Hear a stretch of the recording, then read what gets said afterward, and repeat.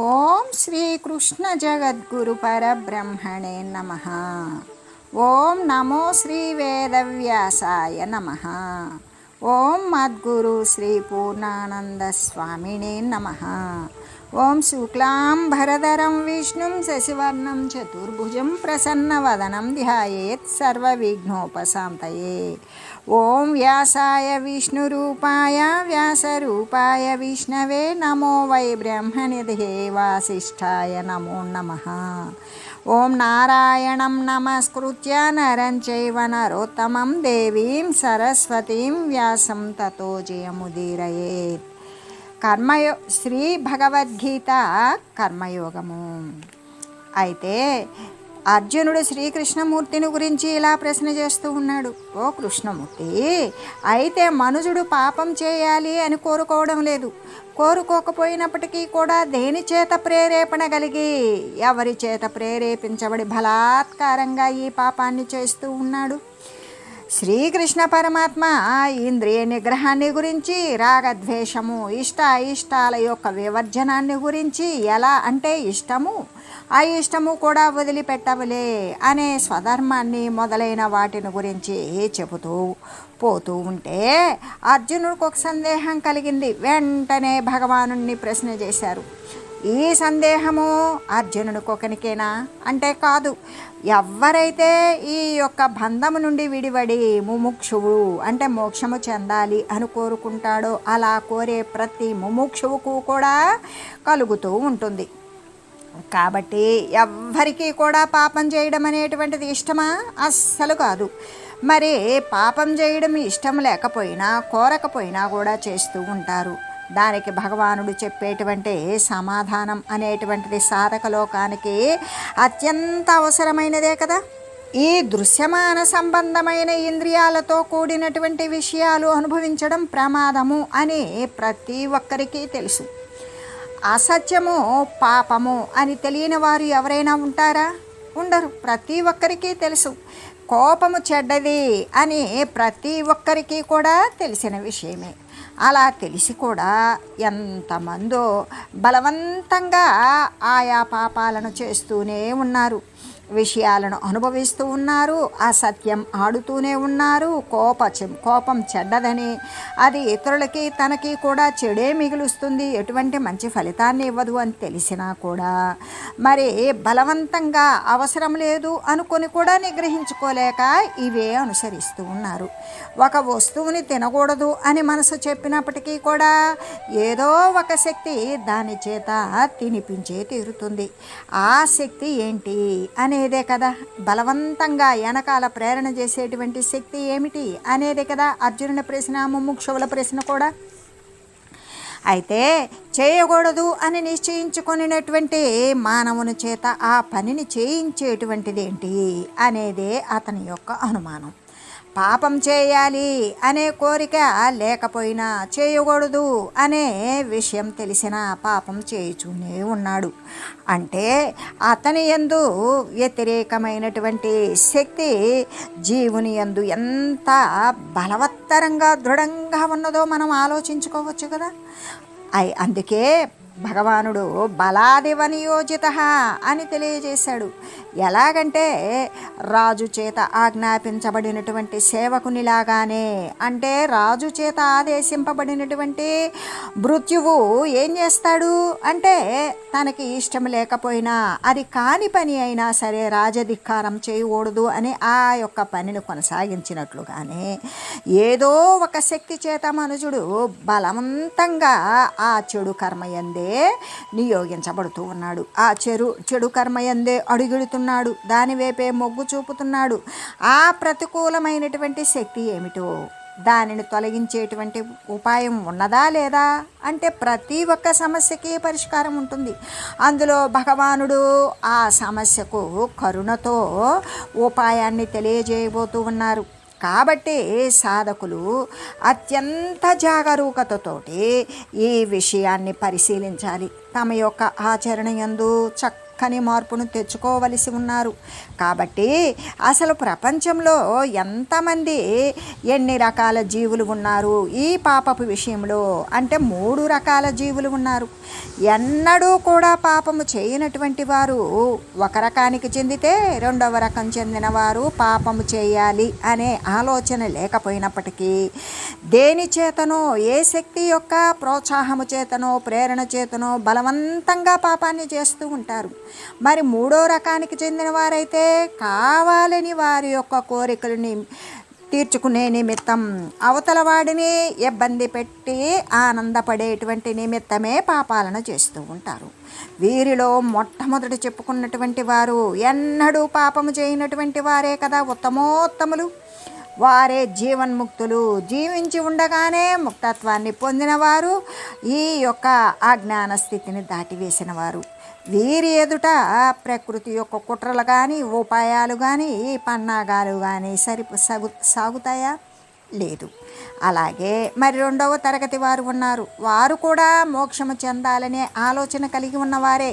వారు కూడా ఈ యొక్క పారమార్థిక చింత చేసి పరమార్థ తత్వాన్ని పొందేయాలి అని కోరుకున్న సాధకులే.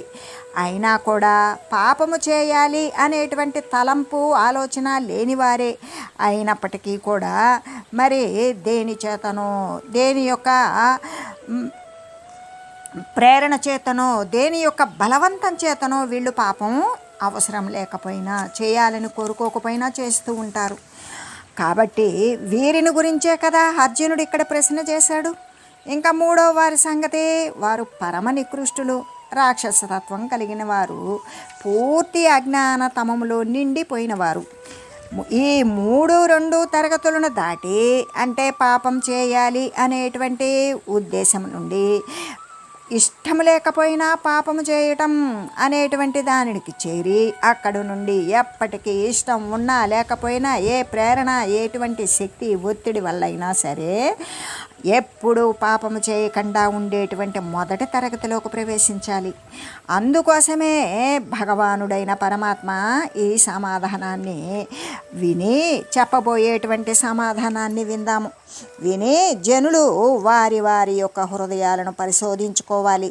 పరిశోధించుకొని పాపరహితులే అవ్వాలి. పాపం చేయని వారే మరి పాపరహితులు అవ్వడం కోసం తీవ్రతరమైనటువంటి ప్రయత్నాన్ని ఆచరించాలి అని చెబుతూ, అయితే కామయేష క్రోధయేష రజోగుణ సముద్భవ మహాశనో మహాపాప్మా విద్యేన మిహవైరిణం. భగవానుడు చెప్పాడు. అర్జునుడు అడిగినటువంటి ప్రశ్నకు సమాధానం తెలియజేస్తూ ఉన్నాడు. ఓ అర్జున, నీవు అడిగిన ఈ కారణము, నీవు అడిగావు కదా, ఇష్టం లేకపోయినా ఏ యొక్క పాపము చేయాలని కోరకపోయినా దేని యొక్క ప్రేరణ చేత ఒత్తిడి చేత ఈ యొక్క మరి కర్మను చేస్తూ ఉన్నాడు, పాపకర్మని అని. అయితే ఈ నీవడిగినటువంటి ఈ కారణము అనేటువంటిది రజోగుణము వలన పుట్టినటువంటి కామం. ఈ కామమే క్రోధంగా మారుతుంది.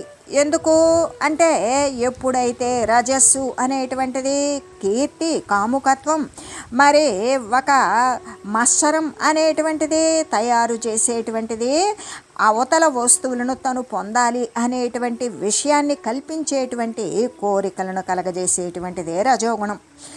ఇది ఎల్లప్పుడూ కూడా అది వస్తువులను ప్రీతి చెందుతూ ఉంటుంది. అది తీరకపోతే ఏమవుతుంది? ఆ కోరికే కోపంగా మారిపోతుంది. అంటే ఈ కామము ఈ వస్తువుల మీద, శరీరం మీద, దృశ్యమాన జగత్తు మీద ఉన్నటువంటి కామము ఎంత అనుభవించినా, ఇప్పుడు మనకు ఒక 10,000 కావాలి, 10,000 వచ్చినాయి, మన అవసరం తీరింది. తర్వాత ఏంటో కోరిక తీరే సమయంలో నేను 10,000 అడిగాను, 10 లక్షలు అడగకపోతున్నాయి అనుకుంటాడు. దానికోసం ప్రయత్నం చేస్తాడు, 10 లక్షలు వస్తాయి. 10 లక్షలు వానికి తృప్తి ఉండదు. ఎందుకు? 10 లక్షల తర్వాత 10 కోట్లు కోరుతాడు. ఈ విధంగా ఇటువంటి కామం, వస్తువుతో కూడినటువంటి కామం ఎంత అనుభవించినప్పటికీ కూడా అది లోపభూయిష్టంగానే ఉంటుంది, తృప్తిని పొందించనివ్వదు. మహాపాపాలకు కూడా కారణభూతమై ఉన్నది కేవలము కోరిక మాత్రమే. కాబట్టి దీనిని మోక్ష మార్గమునందు శత్రువుగా తెలియాలి. ఎలాగంటే అది ఏదొక్క అంటే మోహము క్షయించేటువంటి విషయంలో ఇది మోహాన్ని క్షయింపనివ్వదు. అది పరమశత్రువు, మోక్షానికి చాలా దూరం చేస్తూ ఉంటుంది, ప్రాపంచిక సంబంధంగా పొర్లాడేటట్లు చేస్తూ ఉంటుంది. కాబట్టి ఈ కామం గురించి ఎవడైతే తెలిసి ఉంటాడో, తెలిసినప్పుడు మాత్రమే దానిని అంటే కోరిక రూపంలో కూడా రాకముందే ఆలోచన రూపంలో ఉన్నప్పుడే దానిని తొలగించుకోవడానికి ప్రయత్నం చేస్తాడు. ఎందుకు అంటే ఎవడికి కామం పెళ్ళుబికి ఉన్నదో దాని ద్వారా వాడు ఈ అరిషడ్వర్గాలు కామక్రోధ లోభ మోహ మద మత్సరాలు అనేటువంటి ఈ 6 శత్రువులకి లోబడిపోయి ఇక ఈ యొక్క శరీరం అనేటువంటిది పతనము అయిన తర్వాత మరొకటి ఉత్పన్నమై ఈ విధంగా ఉత్పన్న పతనాలతో కూడుకొని వీని యొక్క దేహాల పరంపర కొనసాగుతూనే ఉంటుంది. కానీ వీడు దేహరహిత స్థితిని పరమపద స్థానాన్ని పొందలేడు. అంటే పాపము చేయకూడదు అని అనుకున్నట్లయితే జీవుని చేత బలవంతంగా పాపాన్ని చేయించేటువంటి శక్తి ఏదో ఇక్కడ మనకు తెలియజేయబడింది కదా. అదేమిటి అంటే కేవలం కోరిక, కామం. అది దేని నుండి ఉత్పన్నమైంది? రజోగుణము నుండి ఉత్పన్నమైనది. దాని తమ్ముడెవడు అంటే దానిని అనుసరించుకొని ఉండేదెవడు అంటే కోరిక తీరకపోతే ఇది నాకు కావాలి, ఇది నేను ఎంత కష్టపడైనా దీన్ని సాధిస్తాను, దీనికి అడ్డు తగిలే వారిపైన విపరీతమైన కోపం రగిలిపోతుంది. అందుకే దానిని అనుసరించేటువంటిది. కాబట్టే దాని తమ్ముడు క్రోధం.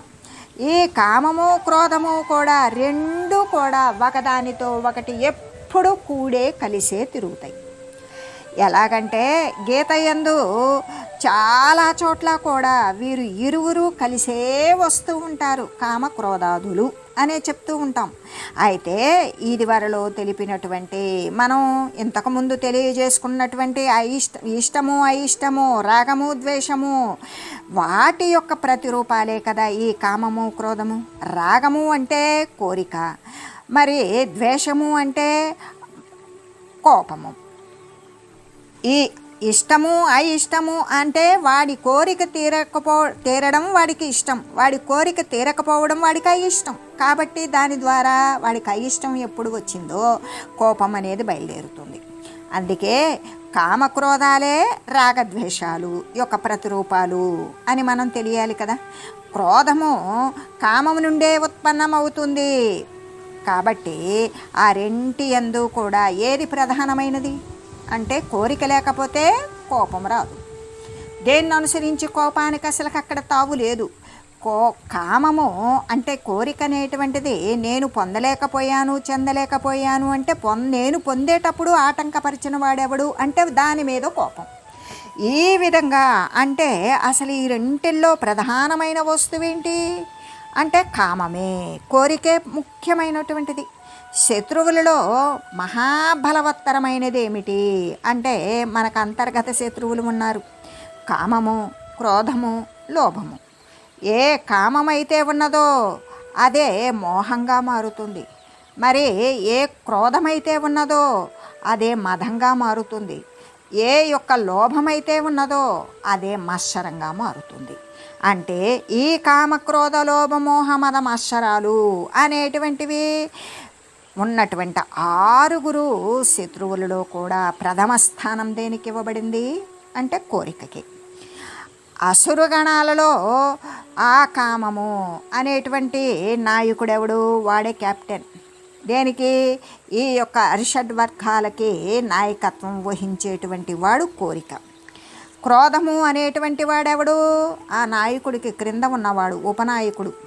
కాబట్టి మోక్ష మార్గమునందు వెళ్ళేటువంటి వారందరూ కూడా ఏ మోక్ష మార్గాన్ని అనుసరిస్తూ పయనిస్తూ ఉండేటువంటి వారు ఉన్నారో వారిలో ప్రతీప శక్తులలో ముఖ్యమైనటువంటిది. కాబట్టి జీవునకు దైవ సాక్షాత్కారమును చేయడానికి మహాప్రతిబంధకంగా ఉండడం వల్ల ఈ కామాన్ని గురించి కొంచెం వివరించి చెప్పడం కోసం భగవానుడు ఇక్కడ ప్రయత్నం చేస్తూ ఉన్నారు.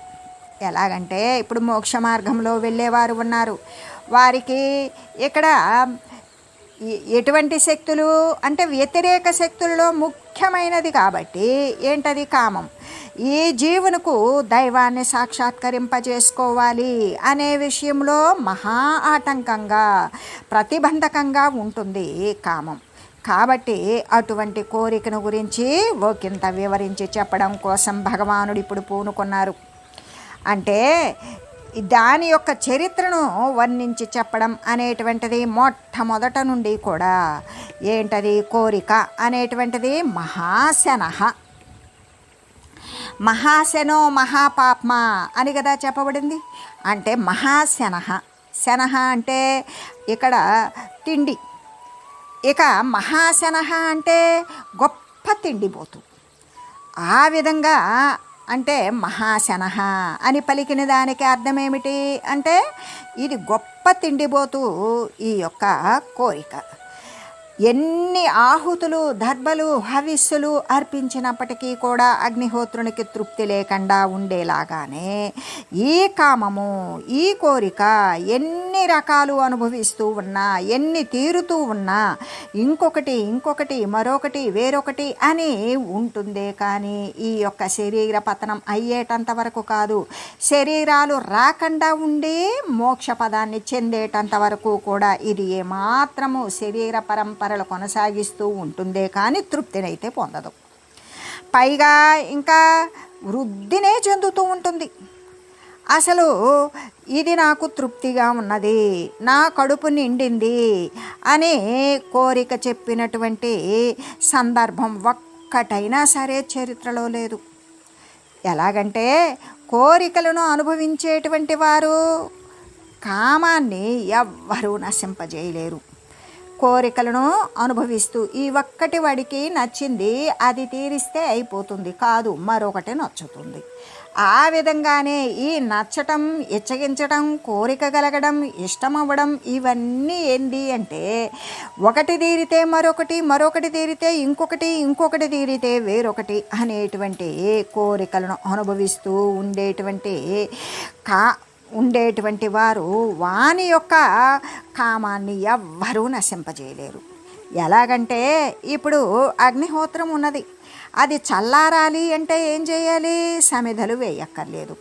సమిధలు వేయకపోతే అగ్నిహోత్రం చల్లారిపోతుంది. కానీ ఇక్కడ సమిధలు వేస్తూ ఉంటే మరి ఆజ్యం పోస్తూ ఉంటే అగ్ని అనేటువంటిది చల్లారుతుందా? చల్లారదు. అలాగే ఈ కోరికలు తీర్చకుండా ఉంటే అది కొంత ఎదురు చూసి చప్పబడిపోతుంది.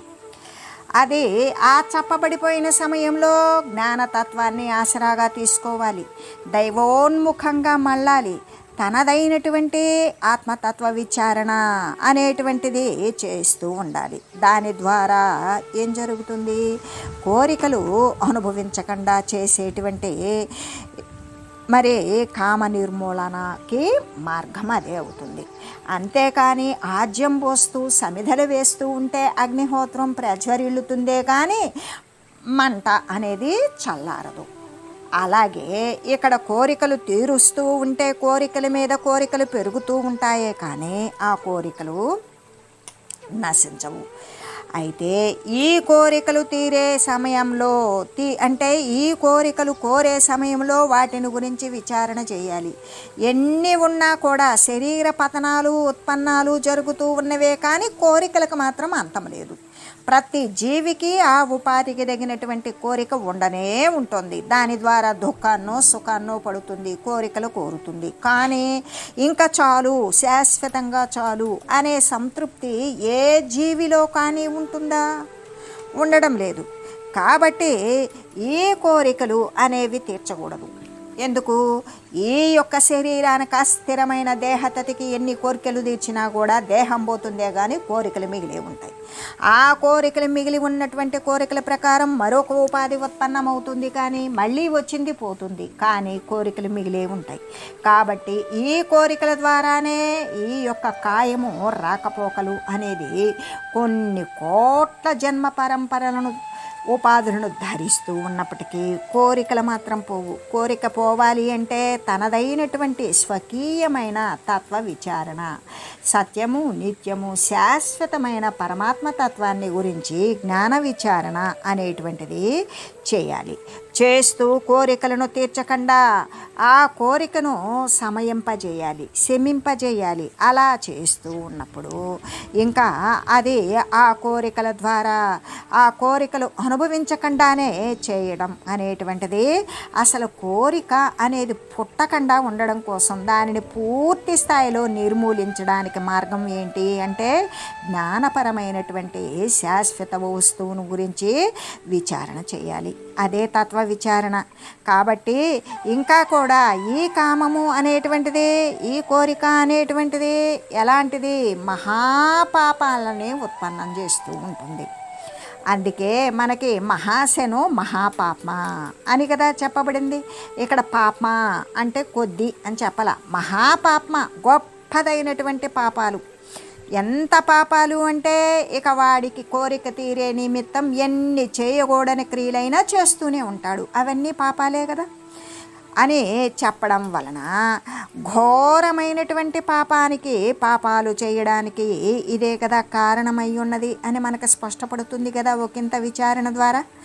అంటే జీవనకు అనేక జన్మలలో పుణ్యం యొక్క పద్దు తగ్గిపోయి పాపం యొక్క పద్దు పెరిగిపోవడం, పాపం యొక్క పద్దు పెరిగిపోవడానికి కారణం ఏంటి అంటే ఈ కోరికే కదా. ఎలాగంటే జీవునికి అనేక జన్మ పరంపరలు కలగడానికి కారణం ఏమై ఉన్నది అంటే ఈ యొక్క కోరిక. జీవునికి అనేక జన్మలలో మరి రెండు చేస్తూ ఉంటాడు, సత్కర్మలు దుష్కర్మలు. ఎక్కువ తక్కువల మీద రెండు కర్మలు చేస్తూనే ఉంటాడు. సత్కర్మల వలన పుణ్యం ప్రాప్తిస్తుంది, మరి పాపకర్మ వలన పాపం లభిస్తుంది, దుష్కర్మ వలన పాపం లభిస్తుంది. అలాంటప్పుడు ఈ పుణ్యం ఈ పాపం అనేటువంటిది అంటే హెచ్చు తగ్గులలో ఉండనే ఉంటుంది. అలాగే ఇక్కడ ఒక ఏది తూకంలాగా పుణ్యం యొక్క తూకం తగ్గిపోయి పాపం యొక్క తూకం పెరిగిపోవడానికి కారణం ఏమిటి అంటే పాపము, అవతల వాడిని బాధ పెడుతున్నాము, ఇబ్బంది కలగజేస్తూ ఉన్నాము, మరి మనకి రాబోయేటువంటి జన్మకి ఒకంతైనా పుణ్యాన్ని సమకూర్చుకోవడం లేదు అని చూడడం లేదు. ఇప్పుడు ఈ వస్తువు నాకు ఎలా లభిస్తుంది, ఈ అవసరం నాకు ఎలా తీరుతుంది, ఎవడు ఏమన్నా కానీ ఎవరు ఏమన్నా అనుకోని నా దగ్గరికి వస్తువు చేరిందా లేదా, ఎవరు చావని బ్రతకని, మంచిగా ఉండని చెడుగా ఉండని, ఇటువంటి ఘోరమైన పాపానికి కారణం ఏమిటి అంటే కోరిక. ఇంకా కూడా అది మరి శత్రువు. అంటే ఈ కోరిక అనేటువంటిది వైరి వంటిదే కదా, శత్రువే కదా. ఎందుకంటే జీవునికి అతి సమీపాన ఉండేటువంటిది శత్రువు ఈ కామమే అవుతూ ఉంటుంది. ఎందుకు దానినే హితశత్రువు అహితశత్రువు. అహితశత్రువు అంటే మనకి బయట కనపడేటువంటి వస్తువులలో కానీ మనుషులలో కానీ శత్రువులు ఉంటే మనకి చెడు చేస్తూ ఉంటారు కాబట్టి చెడుకు దూరంగా ఉంటూ శత్రుత్వాన్ని దూరం చేసుకోవచ్చు. కానీ విహిత శత్రువు మనకి పుత్రుల రూపంలోనో బంధువుల రూపంలోనో మనకిష్టమైన వస్తువుల రూపంలోనో ఉండి అది మనల్ని శత్రుత్వంలాగా, అంటే బంధువులు వచ్చినా మనకి కొద్దిపాటి అయితే పర్వాలేదు, పదే వస్తూ ఉంటే వీని యొక్క సొంత వ్యవహారానికి ఇబ్బంది. ఎప్పుడైతే ఈ యొక్క పారమార్థిక చింత చేసేటువంటి వానికి పిల్లలు మాట వినకపోయినా, మరి బంధువులు అదనంగా వచ్చినా, మరి అంతేకాదు ఈ పుత్రులు పుత్రికా రూపంలో ఉన్నటువంటి శత్రువులను వదిలించుకోలేడు, బంధువుల రూపంలో ఉన్నటువంటి శత్రువులను వదిలించుకోలేడు, కోరికల రూపంలో ఉన్నటువంటి శత్రువులను కూడా తనకు మంచి చేయడానికి వచ్చినట్లుగా కనబడుతూ అది చెడే చేసేటువంటి శత్రుత్వం కలిగినటువంటిదే ఈ యొక్క కోరిక అని చెబుతూ, ఇది ఎంత హితశత్రువు అంటే జీవునికి అతి దగ్గరగా సన్నిహితంగా ఉండేటువంటి శత్రువు ఏమిటి అంటే కేవలం కామమే. ఎలాగంటే అది బయట కాకుండా కేవలం హృదయం నుండే తిష్ట వేసుకుని ఉన్నది. మనకు కోరికలు బయట నుండి వెలుపల నుండి బాహ్యం నుండి పుట్టడం లేదు, మన మనసులో నుండి మన యొక్క హృదయ క్షేత్రం నుండే మనకి ఈ కోరికలు అనేవి ఉత్పన్నమవుతూ ఉన్నాయి. ఇది ఇప్పటి శత్రువా అంటే కాదు, చాలా పాతకాలపు శత్రువు. ఎన్ని జన్మల నుండో కూడా జీవుణ్ణి వేధిస్తూ ఉంది. ఆ శత్రువు వలననే వీడు అనేక శరీరాలు, దేహాలు మరి ఉత్పన్నమవుతూ నశించిపోతూ ఉండేటువంటి స్థితి దేని వలన అంటే ఎన్ని జన్మల నుండో జీవుణ్ణి వేధించి జనన మరణ సంసార చక్రంలో బంధింపజేసేటువంటిది కోరికే.